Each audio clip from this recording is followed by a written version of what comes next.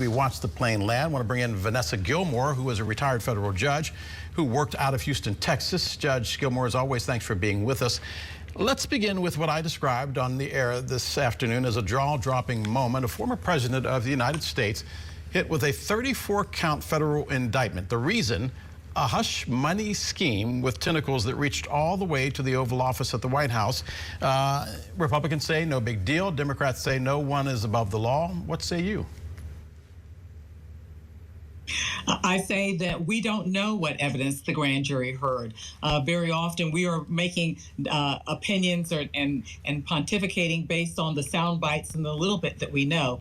But what we do know is that a grand jury spent weeks poring over evidence that none of us have had an opportunity to see, and that at least 12 of the 23 members of that grand jury decided that there was probable cause to believe that a crime had been committed. We won't know really anything more than what we know now until the evidence is presented in this case. You know, it's fascinating. As I was reading the statement of facts, they described it not as a conspiracy to the indictment, but a catch-and-kill scheme. If it involved four people, in this case, his former fixer, David Pecker, the former publisher of the National Enquirer, and his former CEO and the former president himself, if it was a conspiracy, why not charge it that way? And what is the difference between a scheme and a conspiracy as far as the eyes of the law are concerned? A conspiracy is a little bit harder to prove, and I think that what they were probably trying to go for is the simplest thing that they could do with respect to this case. Even though there are 34 counts in the indictment, they are all very similar. They just have to do with each transaction, each check being written, accounting for an additional count in the indictment.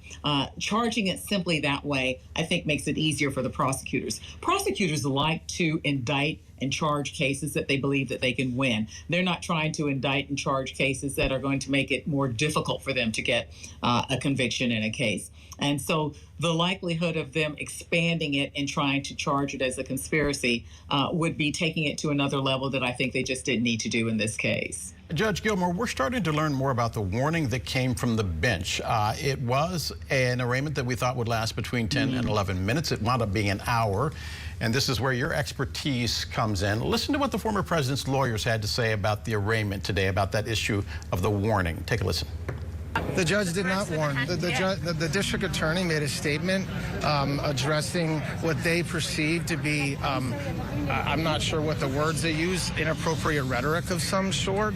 Obviously, we responded, and the judge just took it in. The judge didn't warn. He asked the parties to consider what they're saying and not saying. Guys, he did not admonish the president, and that's important. There's no request that the president not use language that would incite violence or civil unrest. He did not request that the president not use language. He requested that everybody involved refrain from using language that's inappropriate. And by the way, that includes the witnesses for the people.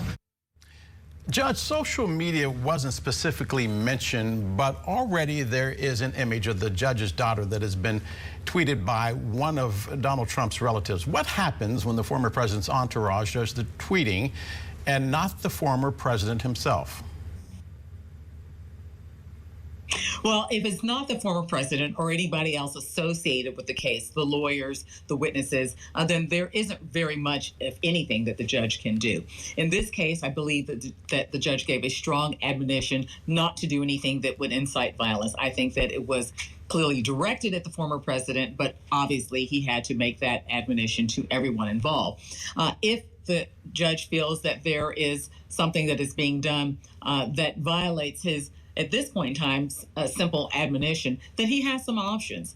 He can hold the parties or the witnesses or even the former president in contempt, and he has the ability to jail people for a finding of contempt. He has not issued a gag order, and so people are still free to speak. They have a First Amendment right at this point in time to speak about the case, to hold press conferences, just like his counsel did this afternoon. But I think that the judge is likely to be watching this very closely to try to make sure that there isn't anything that is being said that is specifically designed to incite violence. I think that one of the things that already has come up as a potential issue is that picture of the former president with a bat sort of juxtaposed against the picture of the district attorney, and an inference that there should be some violence directed at him. I think that we will probably not see anything else like that. I'm sure that Mr. Trump's lawyers have advised him to stay away from doing anything else like that again. 30 seconds left. Before you became a federal judge, you were quite the attorney representing some high-profile clients. If this one were your client, would you advise him to hold a news conference tonight after reading the indictment and knowing what came out of that Manhattan courtroom today?